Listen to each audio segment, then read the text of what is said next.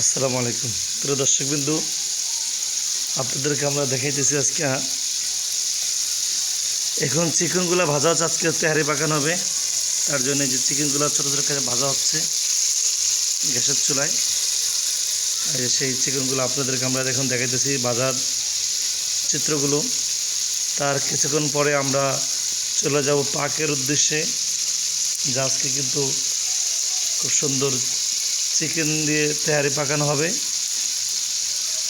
অবশ্যই কিভাবে পাকানো হইতেছে বা হচ্ছে সেটা আপনারা অবশ্যই দেখবেন, আর আমাদের চ্যানেলটাকে সাবস্ক্রাইব করবেন, লাইক কমেন্ট করে জানাবেন কেমন হইলো আমাদের আজকের তেহারিগুলো। আমার দেখতে হইলে জানতে হলে দেখতে হবে শেষ পর্যন্ত, তাহলে অবশ্যই বুঝতে পারবেন। একটু লাগা ধরুন, এই যে চিকেনগুলো এখন উঠানো হচ্ছে।